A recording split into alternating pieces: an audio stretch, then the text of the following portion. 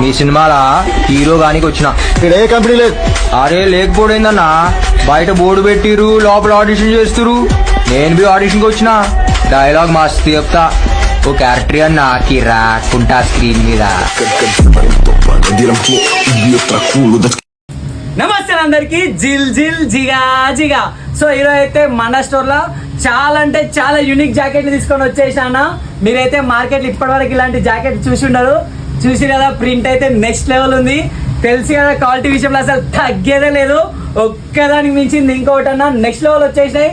Colours కూడా చాలా unique ఉన్నాయన్న. సైజులు అయితే ఎం నుంచి XXL వరకు ఉన్నాయన్న.